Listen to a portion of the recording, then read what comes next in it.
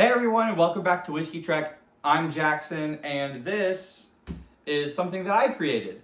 So on November 11th, 2023, I got married, and to honor the occasion, I went ahead and created my own blend of whiskey using, quite a few components. So to start off, to give you a rundown, this is Whiskey Trek's The Wedding Blend 2023, of course.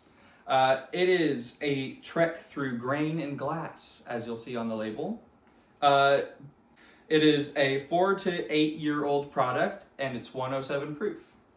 Now, to get to the details that you're actually interested in, what is inside this blend? Well, I'm going to show you. To start off with, I began with Jack Daniel's Bonded Rye. Tennessee straight rye whiskey, about 4-ish years old. And it is 25% of this blend.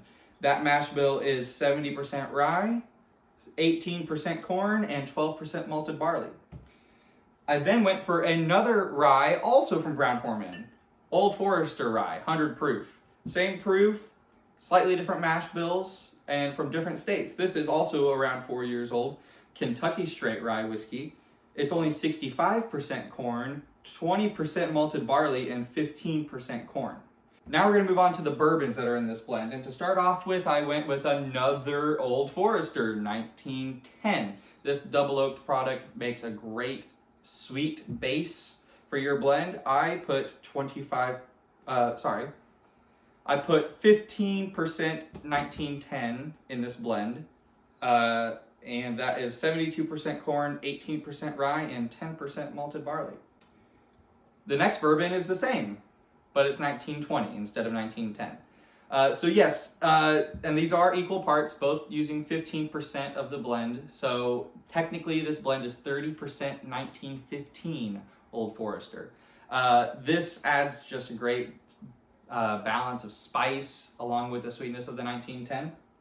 But to add that extra oomph that I was really looking for, I went for our last bourbon, Larceny Barrel Proof C922, specifically this batch.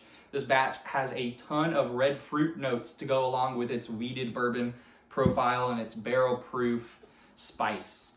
So that bourbon makes up 20% of our blend. It is 68% corn, 20% wheat, and 12% malted barley. So there is our 4-grain Burr Rye blend. All of this comes out to a 107 proof point, and it is absolutely delicious. So why don't we put a little bit in our Whiskey Trek glass?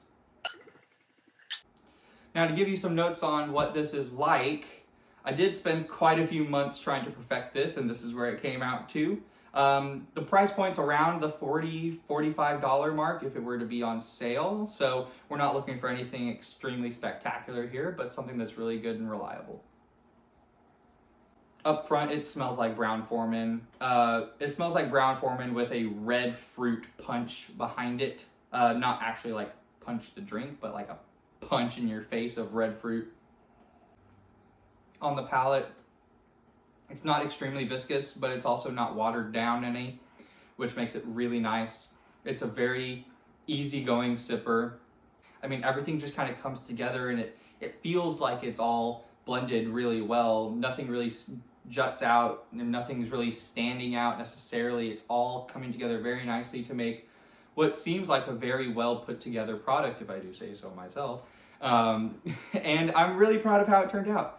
It was meant to be a crowd pleaser because I served it at the wedding, and it turned out to be a crowd pleaser, which is exactly what I wanted it to do. So, job met, and extremely happy to have a couple bottles left over of this afterwards for me to enjoy with my wife, who is the editor of this wonderful Instagram channel.